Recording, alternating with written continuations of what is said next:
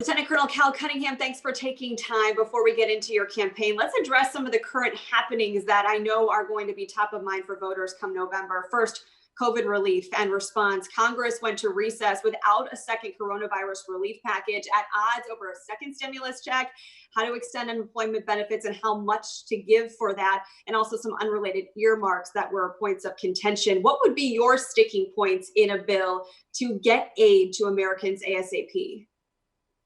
Well, Meghann, first of all, thanks. And we've been having town hall meetings and listening to North Carolinians for many weeks and many months about the priorities.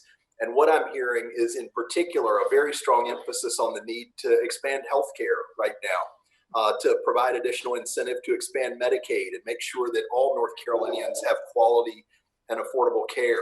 We know we need to extend unemployment assistance. There are tens of thousands of North Carolinians out of work for no fault of their own because of this virus.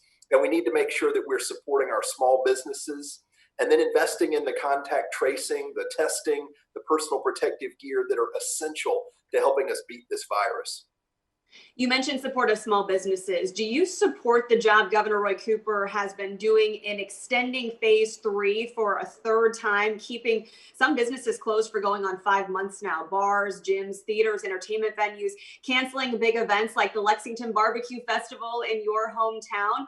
Is he making the right call, as well as implementing the extended mask mandate? Meghann, I hear Governor Cooper putting public health first, and I think that that's important for all of us as we think about how to beat this virus.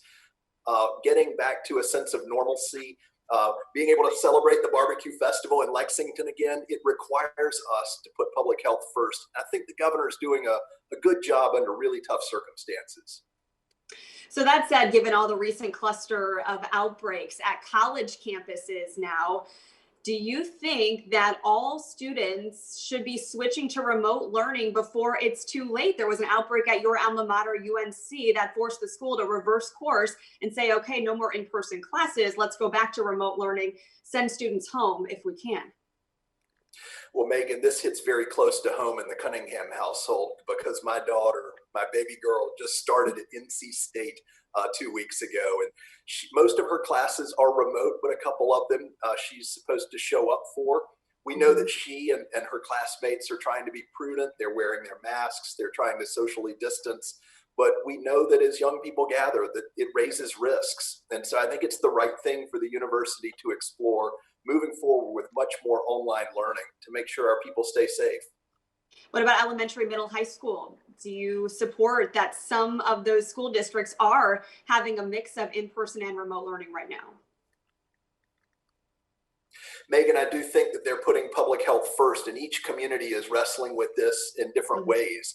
As the senator for North Carolina, I've been raising my voice about the need to put additional resources in both the hands of our educators, but also in families' hands to make sure that we can connect those young people with their teachers. But parents are frustrated, teachers are frustrated. We here in our household have a high school student as well. He's taking most of his classes online. There's no easy answer for this, but we've got to beat this virus, and doing so means putting public health first.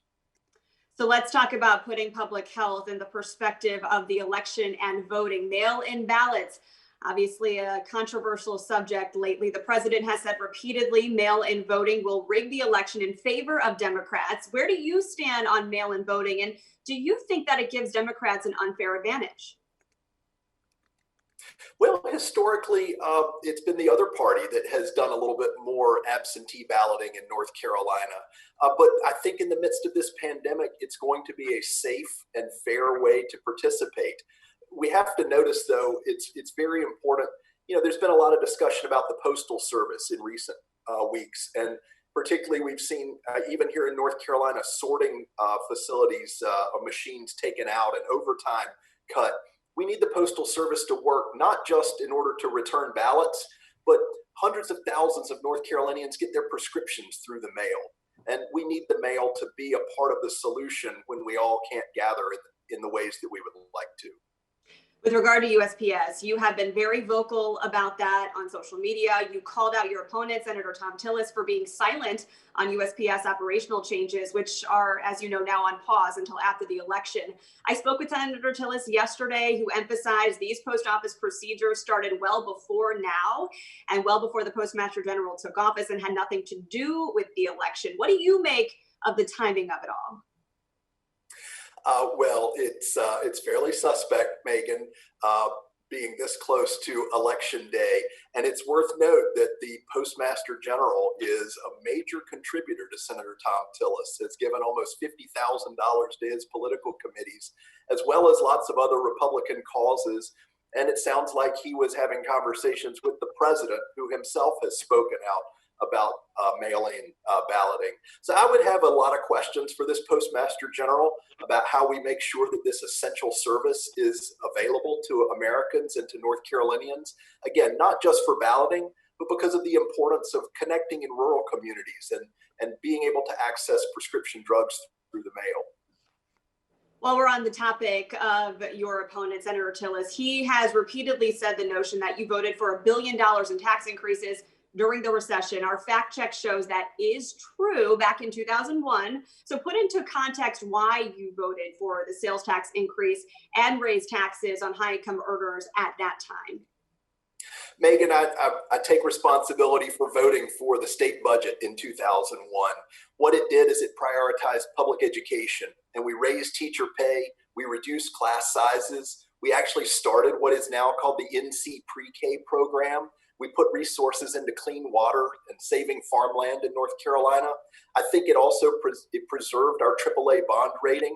It was the right budget for North Carolina at the time, but importantly, it also included some tax breaks, like a back-to-school sales tax holiday that years later Senator Tillis removed from our state when he was the speaker.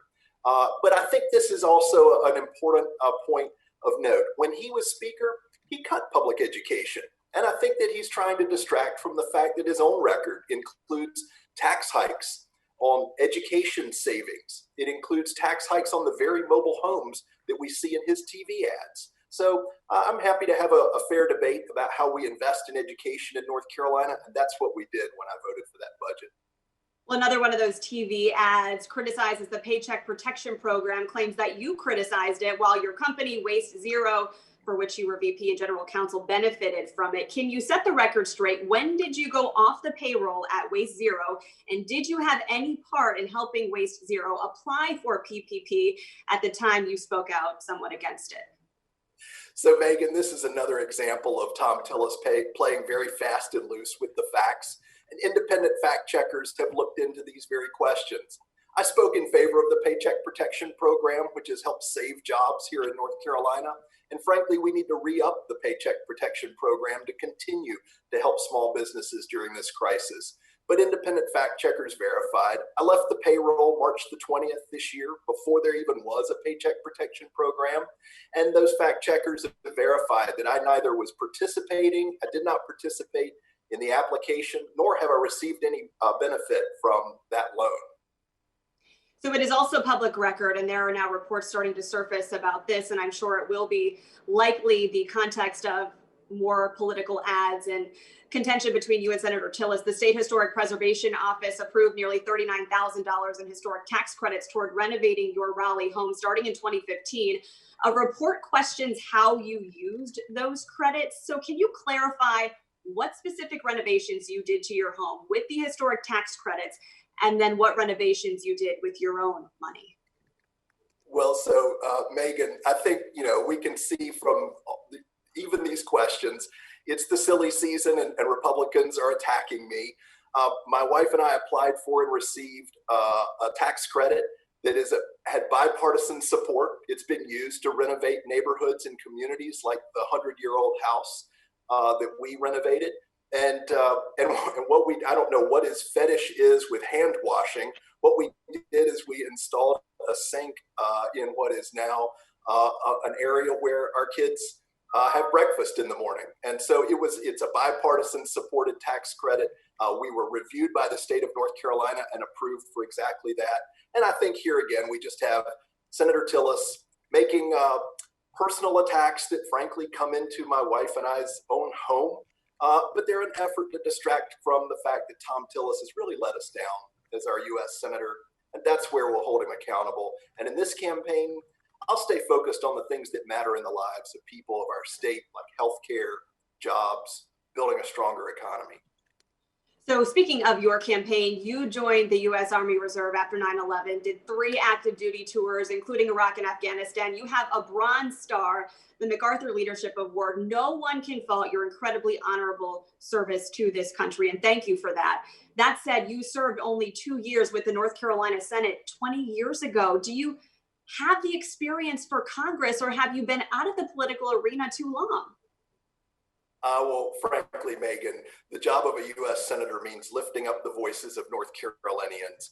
And while I was honored to serve in the state legislature, I've served our nation, as you pointed out, served as vice chair of the Governor's Crime Commission, and built a business and created jobs here in North Carolina.